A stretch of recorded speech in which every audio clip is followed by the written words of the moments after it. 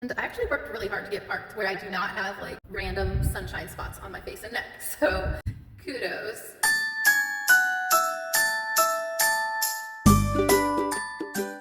I woke up this morning to a tag that had been posted from Book Chat with Pat.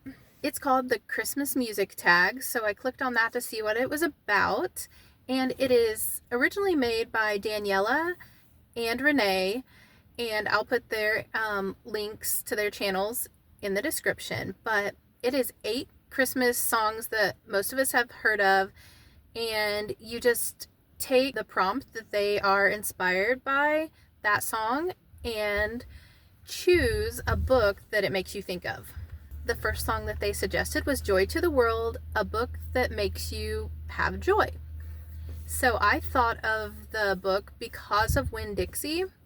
And the reason I thought of that was as a kid, I liked the book, but that's not why it brought me joy. When I reread it this past year, it had so much more depth and meaning. If you're familiar with that story, there's a sort of hermit, you might call her, lady, lonely, and she ends up befriended. And by the end of the book, she hosts a gathering of what might seem like the most random people from her neighborhood or town.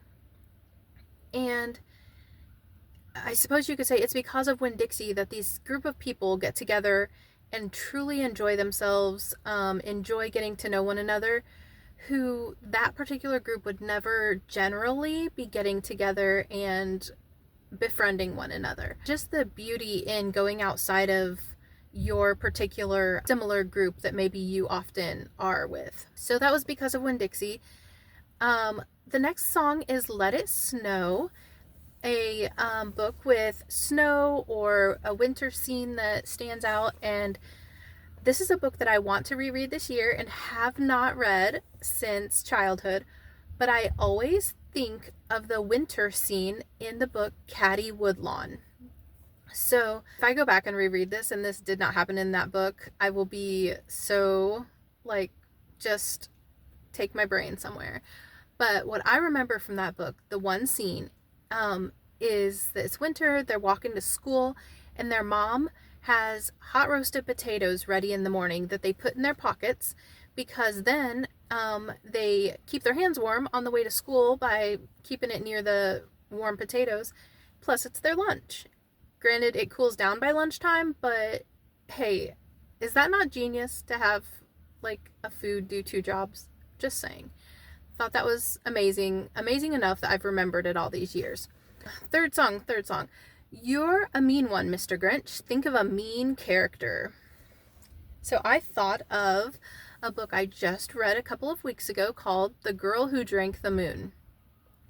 And the reason I thought of that so soon, not only because I read it recently, but the interesting thing with that is the 2 people who end up being the worst villains are originally portrayed as being stand-up members of society who are there to help the poor and needy and who have official jobs of leadership and who are lifelong servants to the community. The people who originally from the outside look like they would be the villains who are stealing away children from the town and causing the town to be secluded from other things, actually those characters end up being the heroes.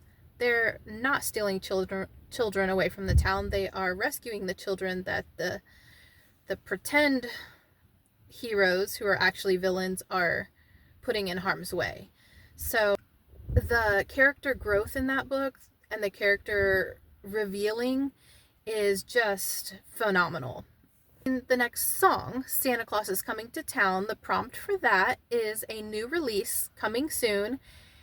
And I will put a link to the website for this author in my description box, but Kiersten Modglin, okay, just gonna be honest, I've not read any books by her yet because my TBR is just so long, but she's in there. And when I do get reading, I want to read every book by this author. There are people who are just so insanely excited about every book. So I just need to get my hands on a book, and I have to decide whether I'm going to go through the library or just buy it, and I haven't done it yet. So anyway, new release coming soon. Whatever is next from Kiersten Modglin, it's for me. It's the one. But the next song, 12 Days of Christmas, and the prompt is a book of short stories. So I'm going to harken back to the book Memoirs of Sherlock Holmes that I read only one story in during Victober. And I just really enjoyed it, and it definitely left me wanting more, but just running out of time. So Memoirs of Sherlock Holmes would be my book of short stories that I thought of immediately. And I honestly want to broaden my knowledge of short stories. I just haven't yet, but I'm gonna get there. Okay, next song, Little Drummer Boy. And this prompt is childhood memories. So what I thought of that was Dicey Song by Cynthia Voigt. Not only is Cynthia Voigt now on the list of authors I want to read to zero or read everything she's written, Dicey Song for me has a really special memory. I had started going to a new school when during the library visit time I found this book in the elementary school library, 6th grade. And this book came to mean a lot to me at the time, and I really didn't understand why. But I went back and read it as an adult, and I realized that it's the second book in a series. So I went ahead and read the book that came before it called Homecoming. It's about the Tillerman family. I can remember the library looked like, exactly where the shelf was that held Dicey's Song, and kind of where it was on the shelf and everything. I recall as a kid just feeling a connection to that book. As an adult, I knew I loved the book and had no clue why. Could not remember the storyline. Was pretty sure that Dicey was a girl. I literally could remember almost nothing. So I reread it and I realized that it was a book about some kids who were just going through a hard time and feeling alone and trying to figure out the world. And that kind of was my 6th grade self. My mom and I had just been the two of us for a number of years, but she had remarried. With remarrying, we moved out to a small town, so that meant I changed schools. We were in a new home, completely separate city from where I had lived before. My mom then, her job, which was still an hour away back in the town we had moved from, was doing required overtime work. So she would go into work very early and get home very late, and especially with now having an hour drive each way. A new school and a new town and a new stepdad isn't hard enough, but then having your mom work pretty much all your waking hours for at least 5 days of the week. It was a tough time. Had I been able to go back and be a fly on the wall in my mind reading Dicey's Song, that it helped me know that kids are strong. I can do this. I can face whatever. I didn't have anything horrible happen to me, but those changes were impactful, and I was just seeking to figure out life at that point. And thank you, Cynthia Voigt. Not that you will ever watch this video, but thank you for that book, and that it's there for me and probably millions of other kids who are going through some big problems at a fairly young age. The next song is Deck the Halls, and it's said to think of a book with a party theme. So I've had some pretty light books so far, but this one is a little bit darker. It's called If We Were Villains by M.L. Rio, and I read it earlier in 2024. It has a Shakespeare theme, and it's kids who live at college age kids who live at sort of a boarding school, and their friend group end up in some twists and turns and have to work through the repercussions of getting into a little more trouble than they meant to. End up having some parties, both indoors and outdoors, and one of the parties outdoors gets kind of out of hand and somebody ends up injured and just lots of things. It's a very interesting read. I do not know as much about Shakespeare as a lot of people, but it is full of Shakespeare references that really are kind of like the glue for the rest of the story. Last song, Frosty the Snowman. Think of a cold, calculating character. And I thought of Out of the Silent Planet by C.S. Lewis. And I'm currently reading that, but the funny story is I left this prompt blank for hours. And I do read a lot of thrillers and things like that, but I was like, I just did not have a single cold, calculating character jumping out at me that I really wanted to talk about, I guess. And I thought, you know what? I'm putting it out of my mind. I'm not thinking about it right now. I'm just going to think about what books I'm reading and how much I'm enjoying them. And so I started kind of looking through the stack that I keep near where I sit in the mornings, and was just kind of thinking through what I had read in each book the day before. And all of a sudden I had an aha moment of, duh, Out of the Silent Planet, the part I've read so far, again, characters could change. Literally all I have figured out is basically a good guy and a bad guy. I don't know how much, spoiler alert maybe? I don't know. I don't know whether I'm telling spoilers because I haven't finished the thing, but you have a guy who's out to sort of go on a quest alone to just walk, and at one point it describes him, or he's speaking of his quest as being able to go where he wants, when he wants, with no obligations to people to be certain places, certain time.